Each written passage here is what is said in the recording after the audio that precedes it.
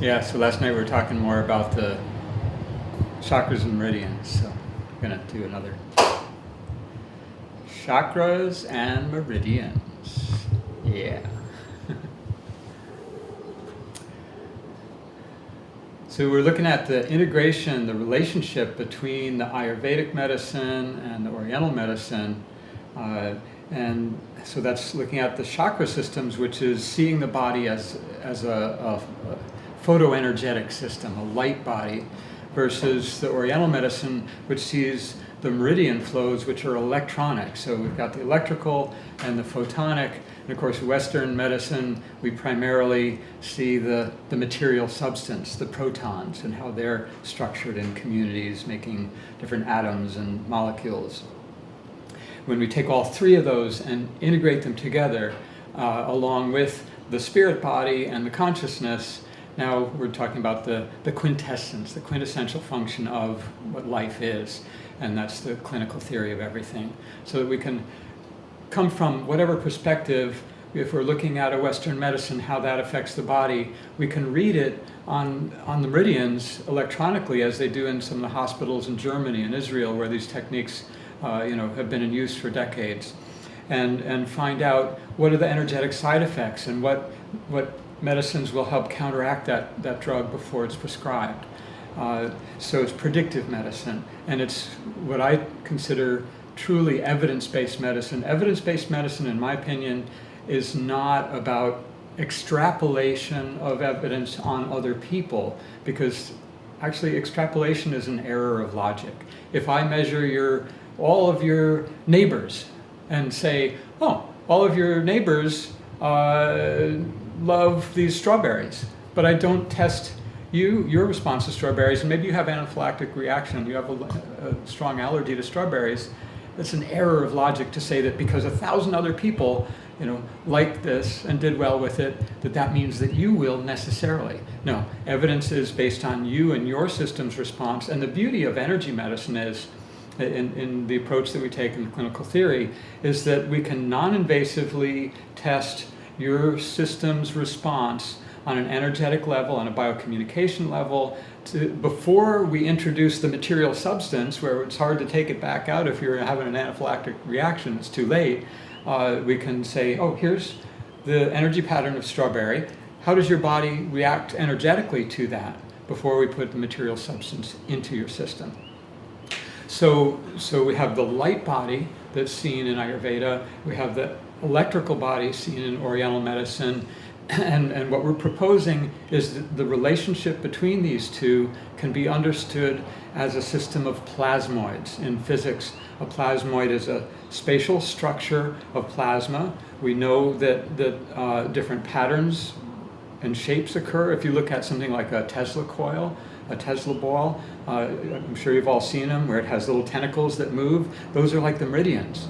So the meridians, even though they have a set structure of the acupuncture points that's been documented in a number of different ways now, including injection of radiopaque dyes that travel along the direction of the acupuncture meridian and bubble up into a circle at the acupuncture points, where there's a neurovascular bundle that penetrates through an insulating layer of fascia in the superficial tissue of the body.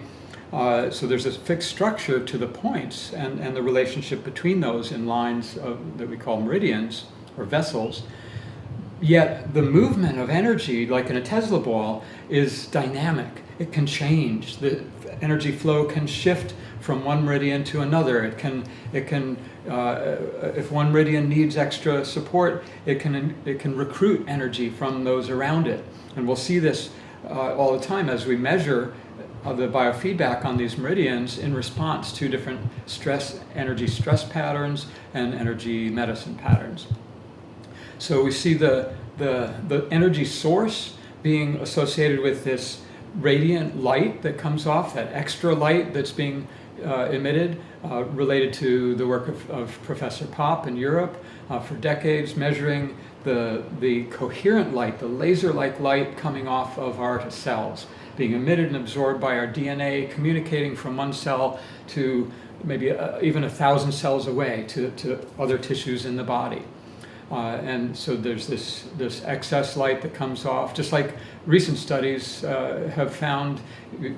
These are subtle amounts of light, but because they're coherent, they're very effective at sending a real signal and having a real physiological effect. So recently they found that in the brain, in a totally dark room where there's no light activity, they could measure light coming out of the visual cortex when the subject would visualize a light. So there's that kind of evidence that our perception is real light. We're seeing light. What they're measuring is that little bit of extra that's from the slight inefficiency or the slight radiation of light escaping from that visualization. Most of the light that you're actually seeing isn't the light that's coming out and being measured. It's the light that's staying within the spirit body, creating that image that's projected into real space, outside the biological body space. We can picture the meridians as these tentacles of energy dynamically reprogramming themselves, coordinating together in different ways depending on the environment, internal and external, that's being always read by the body. In electroacupuncture, the Germans researched and found that the body was responding to any radiant energy source, and everything gives off and receives energy. That's how we measure it in a laboratory and identify, what mineral or what vitamin is in a substance by its fingerprint in the electromagnetic spectrum. So if it's located within a centimeter of the body, it's within that radiant field, just as we see on a Kirlian photograph. We see that of the fingers, the toes, and those can be read for the energy patterns of the meridians that go through those areas as well. So actually the labeling that we use, the terms we use for the meridians, comes from a blending of the Kirlian medical work and also the German electroacupuncture work. So we have the chakras, the 7 chakras, and you think of the Kundalini relationship of chakra 1 through chakra 7 as being the direction of activation. If you see meditations on the chakras, it's probably going to follow that flow, and that certainly is a phenomenon that people experience, like an awakening of that energy.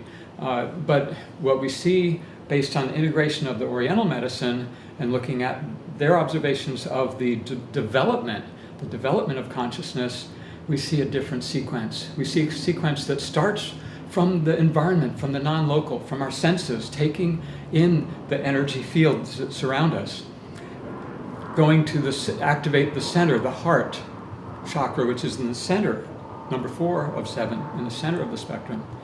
And from there, activating outwards, going to the top and the bottom and the bottom of the heart chakra, being a vortex at the top and the bottom of the central plasmoid, which is is the strongest electromagnetic field produced by the body, strong enough to extend to the feet and the toes, and feet beyond the biological body itself, into the space that is part of you as well. Energetically, again, your sensory systems, your vision is the outermost sphere in space, and the 1st and 7th chakras actually go non-local. The first grounds to the earth, non-local to the biological body, but the 7th chakra connects non-locally to beyond space-time, to beyond this time, to future and past, as well as the absolute non-local of the divine. It's a cut point.